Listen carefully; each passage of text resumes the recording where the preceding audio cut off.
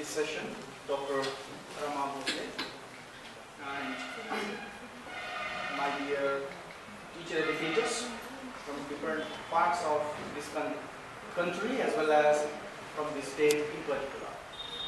And it's a great pleasure to stand before you because of two reasons. Before telling that, I would like to remind you, 4 months before, I got a call from Dr.Jagannath, and he asked me, because we met here at Satara, it seems, in Satara, where a conference was actually. And at that point only, he guaranteed me, in fact, I would say, that one day or in coming days, we are going to have a program, and definitely I will invite you as a resource person. And he kept his words, and I'm very happy for that. And I was very shocked really, because normally we organize programs in a very short duration. It's our trend, Indian trend, as we can say that. But the reason why it shocked me is a person, a teacher educator who is calling me and asking me to give the dates. The program would be December 26-27. I was shocked, and without thinking any matter or anything, I just told him that yes, I'll come on those 2 days. Because almost 5 months early he asked me to be there as a resource person or to present my keynote address on the theme ICT. I'm very happy, sir, really, because it's a trend mark, as I can say, because we want to have many programs in our institutions, but the preparation in having more time is really a good task for a teacher of this era. So thank you very much for that. And the second important thing is, he asked me to deliver a talk on ICT, which is my specialization from MA, and I'm doing a lot of research in ICT, not only for dissertations, it's for MPhil and PhDs as well. Recently, I have my 3 students have been successfully submitted their thesis, and still 3-4 students are doing ICT-based research work. And I'm very happy also to be here. And the very important thing which delights me to stand before you is to give a memorial lecture on the great man J.P.Naik, sir. Because all the teacher educators, we know that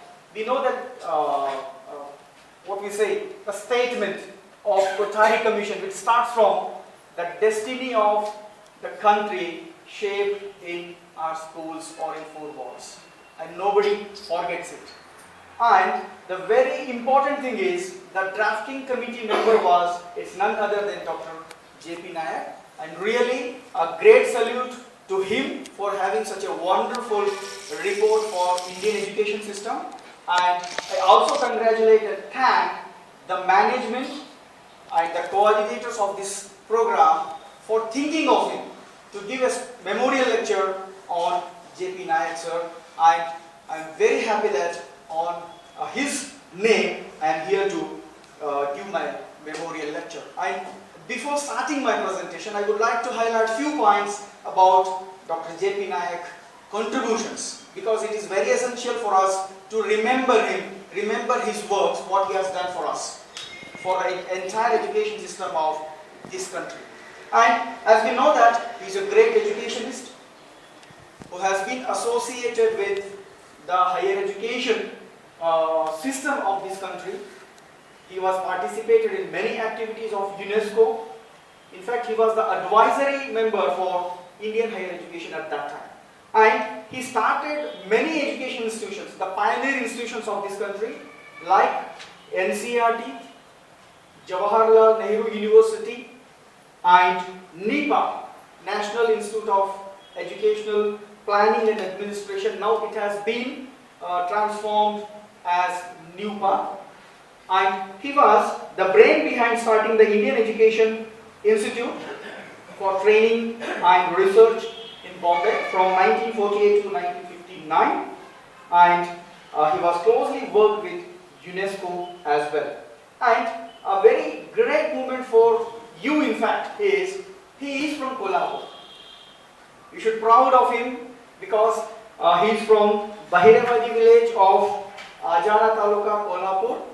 And to continue few points in relation to him, he is a freedom fighter, an encyclopedic thinker, a socialist, a polymath, and more than that, a stalwart educationist, and who has given a very important, elusive education system of India.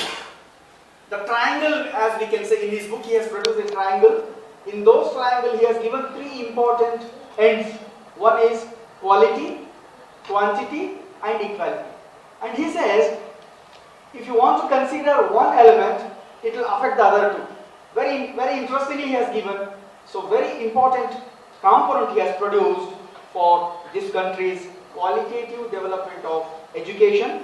And very interestingly, UNESCO has considered only 3 members as pioneering educationists from India. One is Mahatma Gandhi, the other is Rabindranath Tagore, and the third important person is Dr.J.P.Naik. It's a great credit to the Kolhapur and you people, and we are all proud of him that we could produce a wonderful educationist from this side.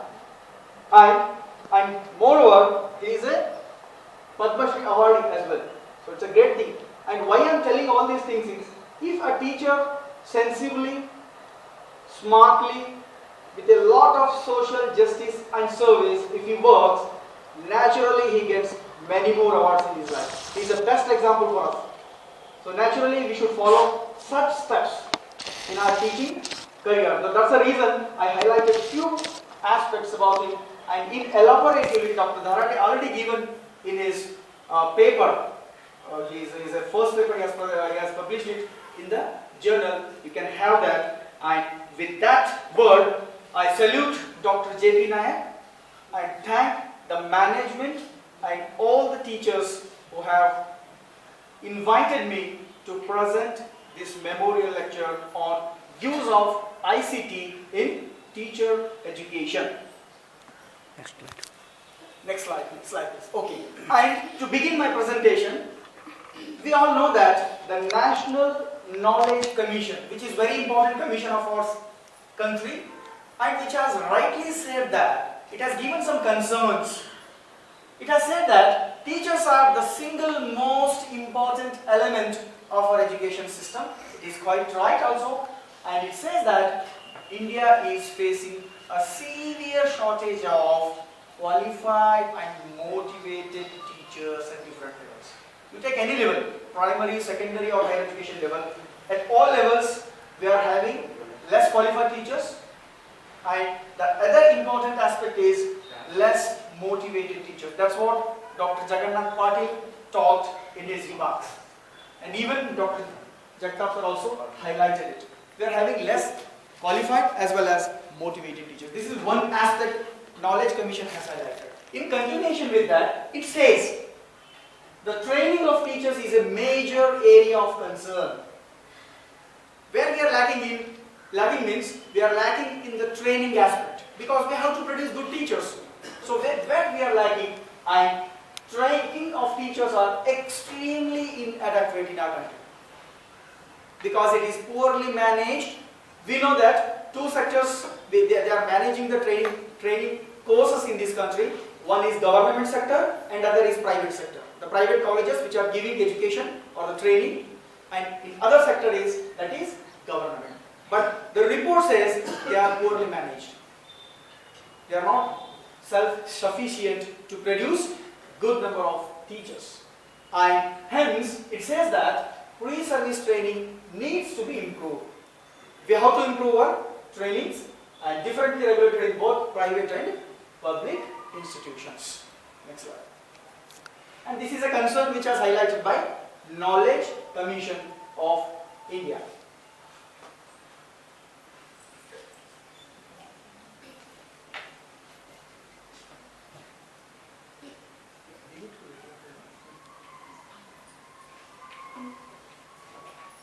Yes.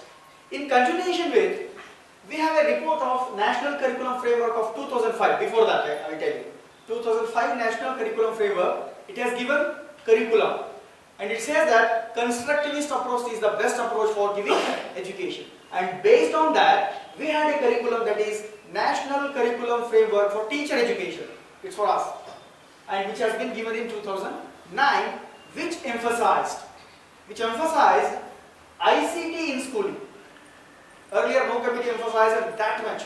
Actually, it says that ICT should be an important element in schooling. Whatever may be the course, whatever may be the subject, ICT should be blended with that. And in a similar way, the teacher education, the curriculum, which has also highlighted that e-learning becomes center stage in the framework.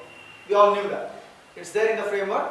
It says that electronic learning should be the form of our transactional mode in teacher educational programs. That is highlighted by National Curriculum Framework of 2009. And if you see very minutely, the ICT has become an integral part of our today's teaching learning process. You cannot avoid it. We are not consider it as a style of teaching. We should not consider it as a status of teaching. No, it has become a part now. It has become a trend now. It has become a part now because it is needed. It is needed. Hence, we have to accept it, and hence it has become an integral part of our teaching learning process. And normally, when you use ICT in your teaching learning process, it helps in facilitating information dissemination. You can disseminate information very easily. You can give the information to the students very easily. One important thing. And the other is communication. You can communicate very effectively to all the students, whatever may be the level of student. We know that 3 levels of students we get in our classroom: high level, average level, and below average level. If you want to reach them, definitely ICT is helping us. And naturally, if you use ICT, it motivates the students to learn. It helps to make your classrooms more dynamic. The dynamicism can bring into your classrooms, and students can ask the question, you can reply, you can send it, students can move it. Anything can be possible in the classroom, which is entirely different from conventional classrooms. So hence it will be very dynamic and interesting you can make. And not only that, from teachers' point of view, it will renew the teachers' enthusiasm. It also helps in renewing the enthusiasm, and naturally, whatever may be the concepts, it may be abstract or it may be concrete, definitely it will be easy for students to understand them. Hence ICT is very important. And ICT can make substantial changes in 2 ways. Hence we have to use it. What are those ways? One is you can present your information very richly. Very rich information you can give it to your students because of different modes. You can present it with the help of PPT. You can present it with the help of videos. You can present it with the help of PDF files. You can record it and give it. Anything is possible. So hence, you can give the rich information, one thing, and which changes naturally when you produce the rich information to the students. Naturally, it changes the learner's perception. They perceive it very easily because we know that students are classified in different terms based on their learning styles also. Some are very good at listening, some are very good at saying, some are very good at listening and saying, types of students. So if you use ICT, you can reach all the students. Hence, their perception will increase and they understand the concepts very easily. This is the one thing. And second is, we know that knowledge is increasing day by day. Vast information we have. How to give it? ICT will help us. ICT will help us to give the information. That vastness of information can be given very easily, and which can also change the relationship between teacher and student. Earlier, students have to go to teacher to learn the things, and now it has been changed, shift, as we can say. Earlier it was teacher-centered approach, now it is learner-centered approach, because teacher have to go to students to teach, to make them to learn. So hence ICT is helping us. So by that, you can develop a very good rapport with your students now. Earlier it was not there. And these are the 2 important aspects which help us to apply ICT in our transactions. And if you see the context of teacher education over the years, we were talking since many years that because of our experience, because of our perception, and many more committees also suggested that 1 year teacher education is not sufficient. Many times you might have used these words to your students, valedictory programs of that year actually. You might have told that 1 year is not enough actually. We want to prepare good teachers, but we don't feel within 10 years of that duration we can produce good teachers. This is one aspect. And other aspect is, many times we felt that whatever we teach at B.Ed course may not be useful in the field.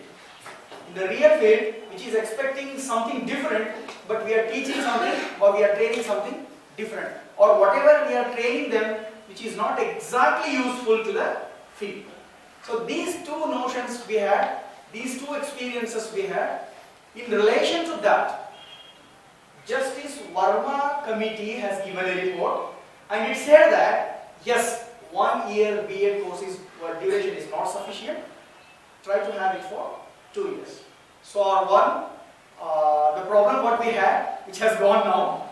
Now we have to give our training for 2 years, one thing. And another thing is, NCT has suggested that make the blend of technology in all subjects and experiences. Because whatever is expected in secondary level, try to give the same kind of training in your programs. There should be a match. You know that lots of computers are there in the secondary schools now. Lots of LCDs are being used. Lots of softwares are being used. But we should have that kind of training program in B.Ed course also. Hence, NCT suggested that try to have all the blend of technology in all the papers, irrespective of papers. You cannot teach ICT as a single paper now. You should blend with all the subjects. Next slide. And next comes in continuation with that, we need the ICT because classroom's face is changing now. Earlier, just a teacher wants to get it into the classroom by having a piece of chalk piece and duster and with the old notes.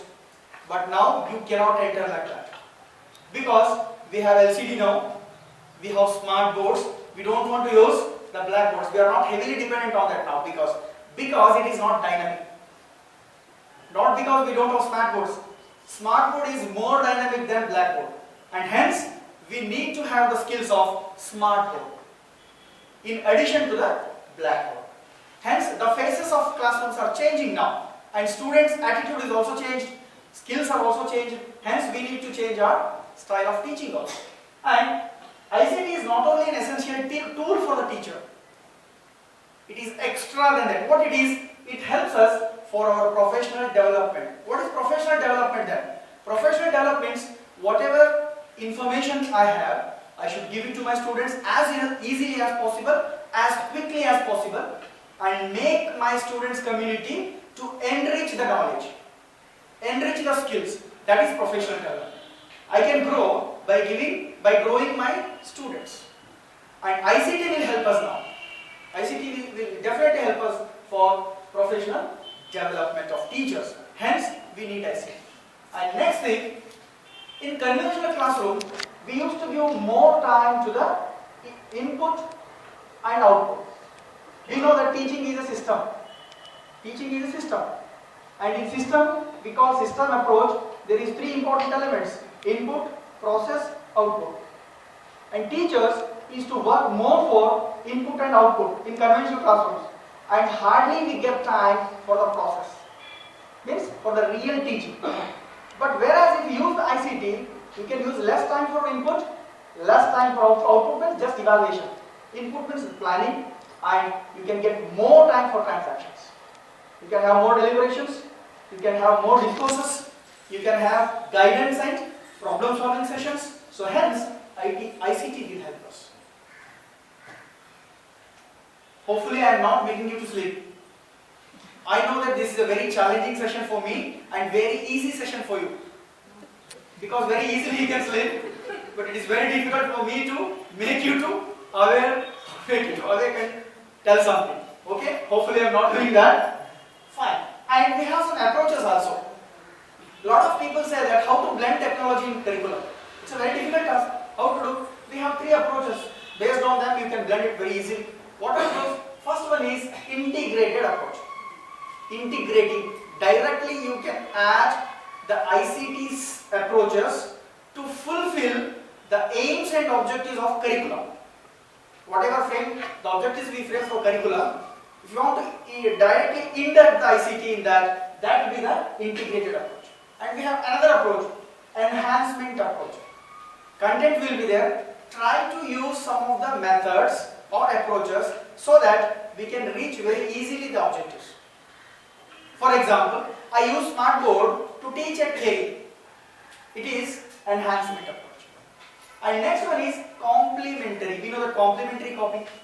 It is complementary gift. Getting it? Extra thing. The main thing is the content, but they should learn it by applying some of the ICT skills. That's all. For example, I would like to give assignments through emails to the students. I will not give in the classroom. I say that just go and open your emails, you will get the assignments. So this is complementary, not directly, but indirectly, which will help you. So in three different approaches, we can blend the ICT in our curriculums. Next slide. And if you want to harness your ICT, actually information and communication technology, to improve the learning, these are the essential conditions. We say that world is expecting something and our classrooms are not at that level. Then how to do it? These are the very essential things. Just mere theory will not help us. What we need? We need sufficient access of digital technologies. Unless we have the technologies, we can't keep that kind of a skill among students. So hence, having is very important. We should have those internet facility in the classrooms, schools, and all the gadgets which are very much required. Let's have first. The next one, we should have high quality material also. After having internet and materials, we should have the quality now. Quality means what? How? The soft content. It may be in word form, or it may be in PowerPoints, or it may be in videos, audio files, or PDF files, or journals, something like that. Next thing, just having the materials and resourcefulness, it is not enough. Teachers have to have the skills to use that. They are complementary to each other. Just having, if you don't have the skills, it will not work. Just they will be dumped in some rooms. It's not useful. You should have skills, you should have content, and you should have sufficient infrastructure as well. Then we can think of that. And if you want to implement it phase by phase, UNESCO has given a very important 4 stages. If you want to implement it, how? First, ICT literacy is very important. Teachers and students should have the skill of ICT. It's very basic thing. Next, what to do? Then use hardware and software in the teaching learning process. And next thing, try to include it in pedagogy. Pedagogy means the methodology which we use. Try to include the ICT in pedagogy, and at the end, you can expect best innovative approaches or practices of the ICT. So hence, it is a step-by-step method. All of a sudden, you cannot use innovatively the ICT in your classrooms. Before that, you should have literacy. You should try to use some of the hardware and software. Then go for pedagogic use. Then naturally, it comes out with a beautiful approach. And I have put out some of the explosive outcomings, as I can say, because these are the things I have listed. I have not listed because they are, or we are having them. I have listed them because we are already started using them in our classrooms. Like, we should have computers and networks. It's very rampant now. In our classrooms, you get naturally, and all the governments are trying their level best to give computers to the classrooms. And almost all institutions we are having internet facility, mobiles, tablets, natural thing or the basic things which we require. And next is e-learning is a very important concept now. Learning should be e-based. What is e-based? It is electronic based. Electronic based. Whatever information I get through electronic materials, gadgets, approaches, and whatever information I give it to others, I should give it with the help of e-form.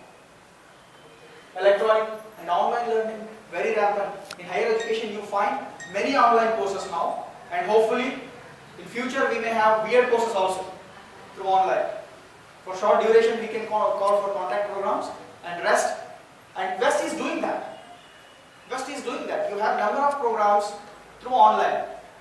In America, in Australia, they are giving actually teacher training courses for online based, which is very innovative and very new one. And just a simple example I will give. We want to correct our lesson plans of students. What we do actually, we call them every Saturday to come to the college and get corrected their lesson plans and go and teach in the next week. Instead of that, why can't I say, or why can't we ask our students to send their lesson plans through emails? Instead of coming to your place, why can't we do it? If you use it, definitely it will be very helpful for students as well as for teachers. This is a small example I am giving. Why can't we prepare a plan of the software so that students can fill their attitude, their interest in that software and prepare their own lesson plan? Because most of the time, what our students do, they copy from the earlier lesson plans.